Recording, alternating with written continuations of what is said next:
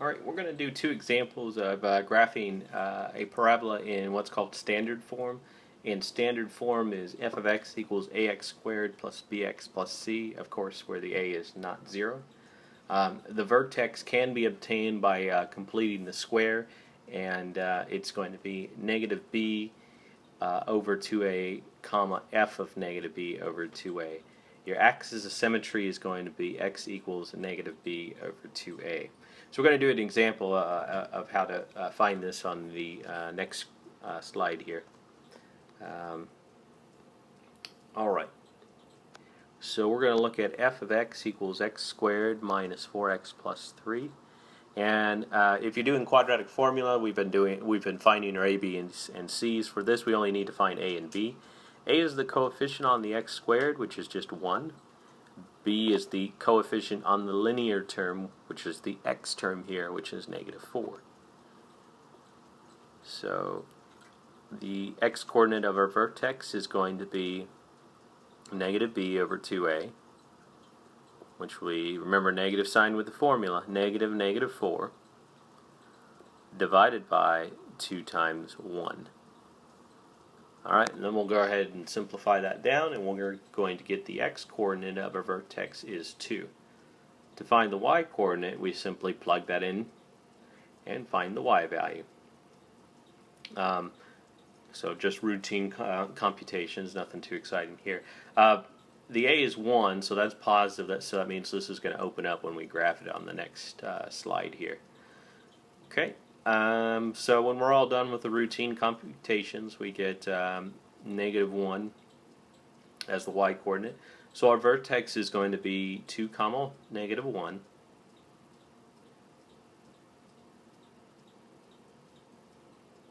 And then our axis of symmetry is going to be the x coordinate of the vertex. It's going to be x is equal to 2.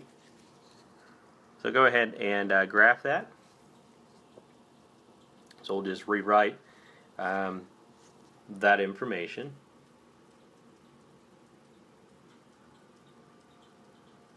And we'll plot our vertex and mention our axis of symmetry, and we'll go ahead and draw that as a dashed line. And then we'll construct our XY table. So it's a lot like the vertex form that we in the previous video. The only thing is we have to work a little bit harder just to get the negative b over 2a and the f of negative b over 2a, whereas in vertex form it's already, you just got to look at it and you can find it. So the rest of it's pretty much the same thing. We're going to go ahead and pick 2 points to the left and the right here. And then we'll go ahead and just plug 1 into our formula and find what the y coordinate is going to be. So we're just working that over down here, and that's going to give us 0. By symmetry, that also gives us the 0.30. Okay. Then, if we plug 0 in, that means the x squared is 0, the 4x is 0. So what are you left with? You're left with 3. So both 0, 3, and 4, 3 are going to be points on our parabola here. So we'll go ahead and plot those. Okay, that's our y-intercept too. Sometimes, you know, if we're close to the origin, we will hit the y-intercept pretty quickly just by making our table. We'll go ahead and connect our dots, and then I'm just going to show you how we could also find the x-intercepts. That's when the y is equal to 0. So 0 is going to equal x squared minus 4x plus 3. And this is just a factoring problem you've been doing all semester long, so it's nothing too crazy here. So this is going to factor into x minus 3 and x minus 1. And setting each of those factors equal to 0, that's going to give us x is equal to 3. Or x is equal to 1, which gives us the 2 coordinates of our x-intercepts. The domain for a parabola is always going to be negative infinity to infinity. And the range here is going to be low to high, so this one has a minimum, and the minimum height is 1. I'm sorry, not 1, negative 1. And it goes off to infinity and beyond. Okay. We're going to do one more example in just a moment here. We're going to do one where we have a parabola opening down. Alright, we're going to go ahead and take a look at graphing f of x is equal to negative x squared plus 4x. So we've identified our a as negative 1 and our b as 4. Because the a is negative, that's going to tell us that this is going to be a parabola that opens down. So it's not in vertex form, so what we're going to need to do is we're going to need to find the x-coordinate of the vertex first, and that's going to be x is equal to negative b over 2a. So remember, negative sign comes with the formula, so it's going to be negative 4 over 2 times negative 1, and that's going to give us positive 2.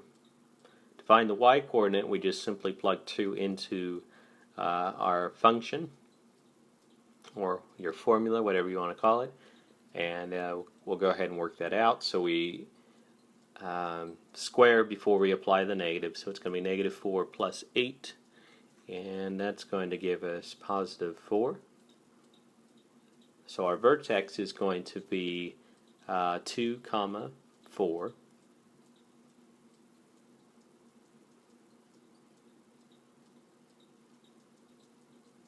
And our axis of symmetry is going to be x is equal to 2.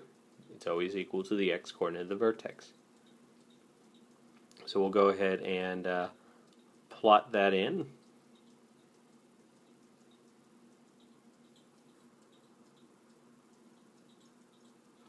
And we'll start our table out, and then we'll also put the axis of symmetry in. So vertex in the middle, axis of symmetry is a dotted line. And then we'll pick 2 points, one on the left and one on the right, so that'll give us 1 and 3. And because it's going to be symmetric, we'll just do computations for one of them. So we'll plug 1 in. So we got negative and then 1 squared plus 4 times 1. Negative's on the outside, so we don't square it. It's going to be negative 1 plus 4, and that's going to give us 3. So that's going to give us the points 1, 3, and 3, 3. And then we'll pick another point, one further to the left, one further to the right, so we'll do 0 and 4. Now if we plug 0 in, that's 0, and that's 0. Negative 0 squared is 0, and 4 times 0 is 0, so we get output of 0. And then also, because of symmetry, we also have 4 and 0. So we actually found our x-intercepts just by making our table, and that happens fairly often with the types of problems that we do, because they're usually nice problems. We did see one in the last video where we didn't get the nicest x-intercepts, and it's possible, or we get a y-intercept that's like negative 18 or something, which is, you know, we just need more graph paper to graph it. But algebraically, we'll go ahead and find the x-intercept, because it seems to be a tricky one with this one. So we have 0 is equal to negative x squared plus 4x. First thing we always think of is, do I have a GCF? It's a quadratic, so we hope we can factor it. If not, you have quadratic form, you have completing the square. But we do have a GCF, so we're going to factor out the x. So then we have x and then negative x plus 4. And then we'll use zero product property and set both factors equal to 0. So x will be equal to 0, or negative x plus 4 will equal to 0, so the x will have to be 4. Okay, and that corresponds to both our x-intercepts. Our y-intercept happens to be one of our x-intercepts, so it does go through the origin. So that we got that one pretty much for free.